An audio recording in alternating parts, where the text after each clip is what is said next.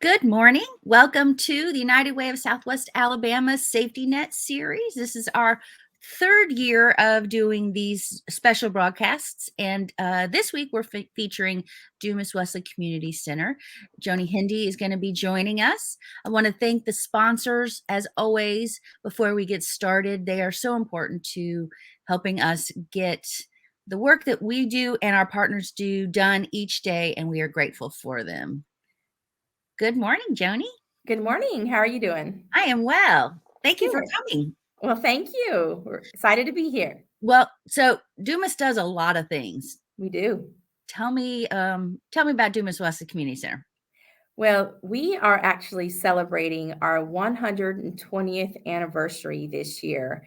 We're celebrating all year long, and we are just proud to be a trusted partner in this community and to have been serving the Mobile community for 120 years. That's amazing. It is. It is. So tell us a few, some of the programs that you guys run. Well, we have over a dozen programs and services that assist our local children, senior citizens, and women with children experiencing homelessness, Leslie. But before I talk about our present day, just because since we are celebrating our 120th anniversary, I'd love to just tell you a little bit about where, when we were founded and how some of those programs has actually evolved still to this day here at Dumas Wesley. Yeah, that So sounds great. I'd love to hear about that. Okay, great. So in 1903, we were founded by a group of women, Methodist women in Mobile, and they were led by Jeremiah T. Dumas. And they actually had a settlement home here in Crichton, the Crichton community, and were serving families who were working in the cotton mills here in Crichton. And in 1904, they actually started the Dumas Wesley House, which served again those families needing childcare. And I think it's wonderful that over all, the course of these years, the Child Care Center was providing services for the mobile community, but also for the families living right here in Crichton. And something that's really great about the community center is that we have served hundreds of generations through our programs and services at Dumas Wesley. And as years evolved, we have sat right here still in the Crichton community and continuing to serve those who live here. I just think it's really important that, your viewers know that, we are here. We have been here for 120 years, and we hope to continue to serve and provide these services for those in need. Present day, we have year-round programs for our local youth. The youth programs were actually started in the early 60s, and it started out as kind of a neighborhood outreach where they provided not only childcare, but also summer programs. And then it turned into our after-school achievement program. And so the after-school achievement program is the only free program, Leslie, that offers free programming for school-age children. And it's Monday through Friday. We have 25 to 30 children who are getting help with homework assistance. We have STEAM workshops because we've built this program around a STEAM curriculum. Mm-hmm. We have community partners that come in that teach our kids technology, science experiments. We've partnered with the Cookery, which is a local nonprofit that comes in and teaches the kids all about healthy nutrition and cooking. They follow a recipe and then they cook whatever they're making right here at Dumas Wesley. We partnered with Mobile Fire Rescue, the Mobile Police Department, where on our first responders days that happens once a month here at Dumas Wesley, they come in and teach education for the kids about fire safety, about community policing, and just to make our kids feel more comfortable knowing that, our firemen and our police personnel are here for them. And then in the summertime, we roll right into our summer recreation program. Although it's not free, it is very, very low cost because most of our families that live in the Crichton community have an income of less than $25,000. And so we want to cater to those families and make sure that, during the summer when school's out, the families, they're still going to work, they're still going to school. And so they need that child care assistance. And so we're here for them to provide field trips. We have different workshops and activities and special events that we hold here at Dumas Wesley for the kids. And it's an exciting time during the summer. We go swimming, but most importantly, the kids are just having fun. They're being kids, and then they're having an enjoyable summer.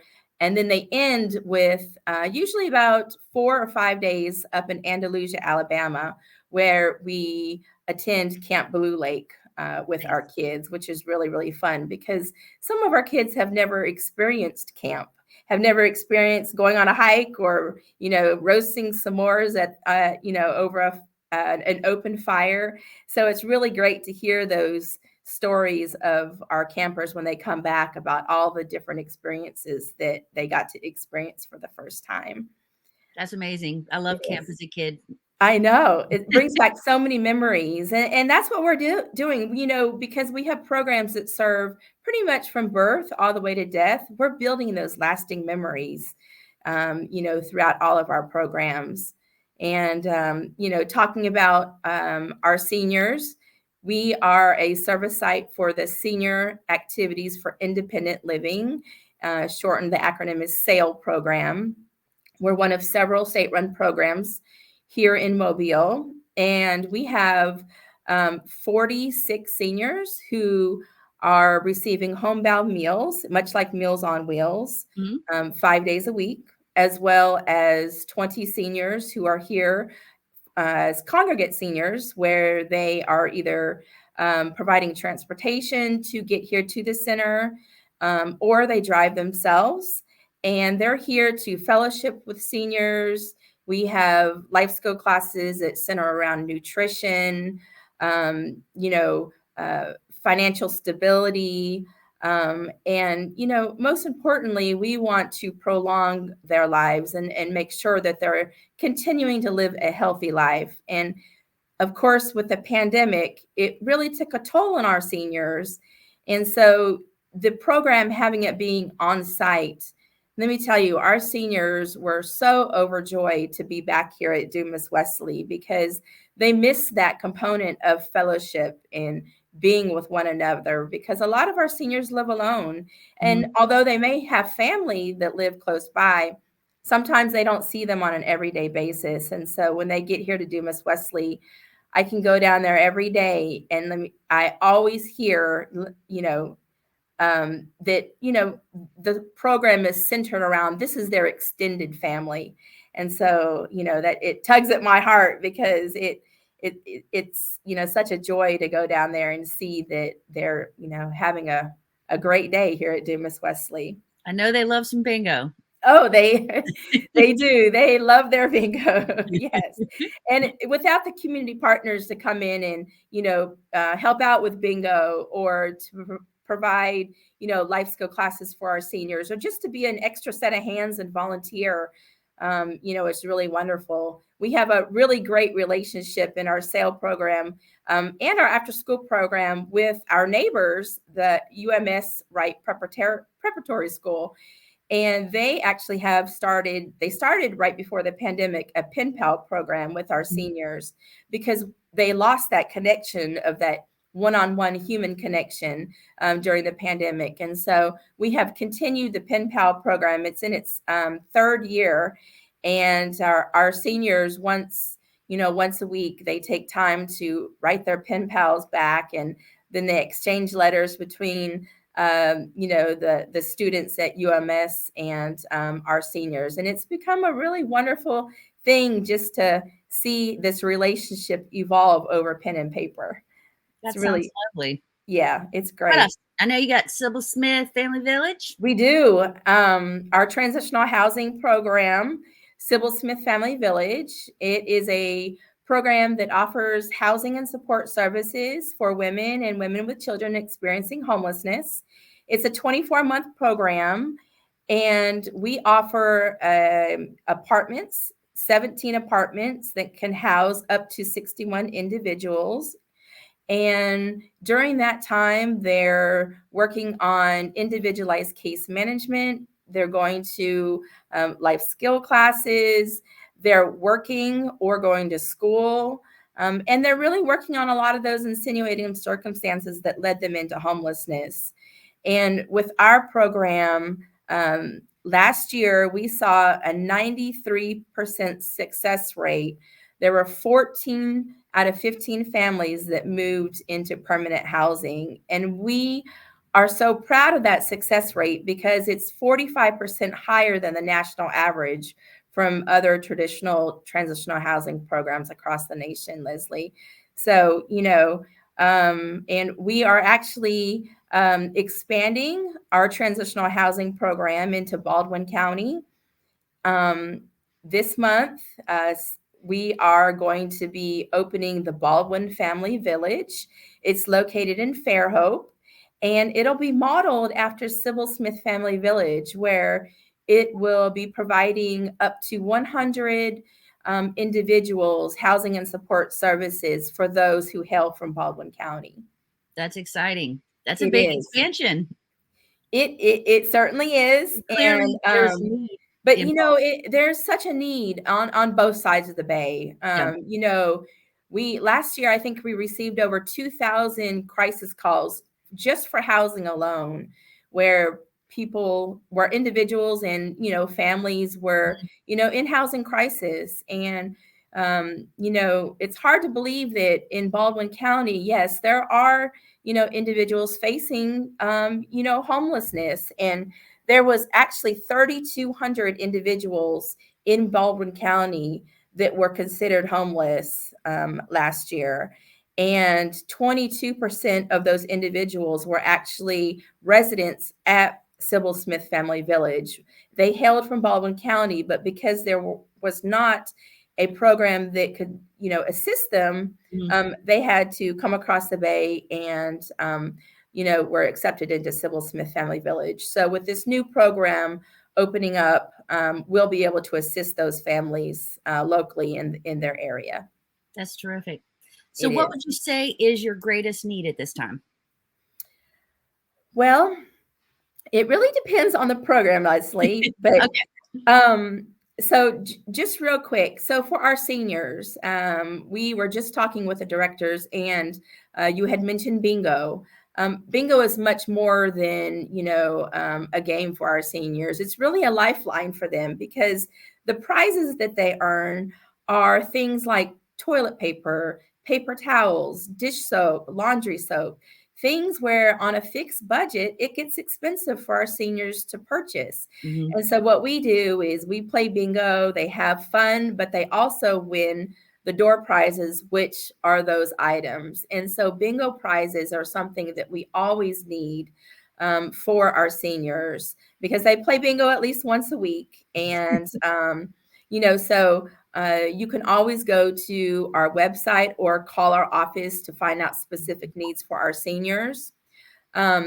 For our kids in our summer recreation program, we have a list as well on our website. But volunteers are always needed in our youth programs because we are a very small staff, and it really helps when we have plenty of hands in order to help out. So with homework assistance, you can only imagine, with 20 children at reading all different age levels, having different kind, homework with different age groups. Mm-hmm. It's a lot easier when we have volunteers to assist with that. And so we actually have a lot of high school students who help out, as well as individuals in the community who like to volunteer in our youth programs.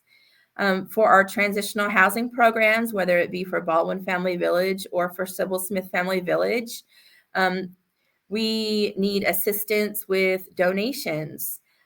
For Sybil Smith Family Village, with the 17 apartments, when residents move in, and this also includes for Baldwin Family Village, when the residents move in, they are welcomed with new items where, anything that they might need in order to live in their apartment, such as pots and pans, toiletries, towels, linen, pillows. All the things that we need in our own home. All the things that you would need in your normal home, yes. And the Baldwin Family Village, it's a little bit of a smaller scale because we're, instead of individual apartments, we're talking about bedrooms. And so we have welcome baskets where those items are kind of scaled down to a smaller scale, but also include pillows, comforters, toiletry items. And those items can also be found on our website.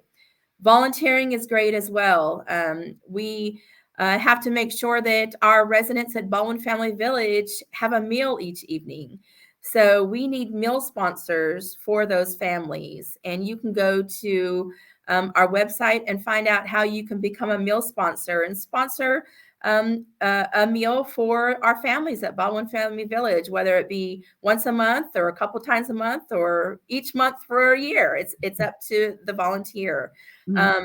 And there's plenty of opportunities to, come and volunteer on site in our transitional housing programs as well. And Volunteer Connect through United Way has been a great resource that we love with United Way, where, with all of our different programs, because as you can see, there are a lot. We have a lot of different needs and a variety of opportunities for people of all different ages, groups, and individuals to get involved. And so really Volunteer Connect through United Way is a really great resource, for people who are interested to find out how they can get involved. Awesome. So as we finish up, do you guys have any celebratory events coming up, or we do? We do. On that front? Yeah, we have a fundraiser that's going on all year long. It's 100 rate. It's let me get this correct. It's kind of a tongue twister. 120 days for 120-year fundraiser. And so what we're doing is just asking individuals in the community, for instance, if they'd like to give a gift in honor or in memory of a loved one or a friend, or if they would just like to support one of our programs because of our 120th anniversary, they can go to our website, which is www.dumaswesley.org, and make a secure online donation. For those of you who may not feel comfortable making an online donation, you can always call into our office or look up our mailing address on our website and mail your support in. And all the programs and services that I talked about, your donations support these individuals who were, so blessed to serve each and every day. Wonderful. Well, thank you so much for joining me today. I'm going to thank our sponsors again with a graphic that lists them out. We will be back next week, and we are grateful for everyone who has joined us to watch the broadcast. And thank you, Joni, for coming in and telling us all about Dumas this morning. Thanks. All right. And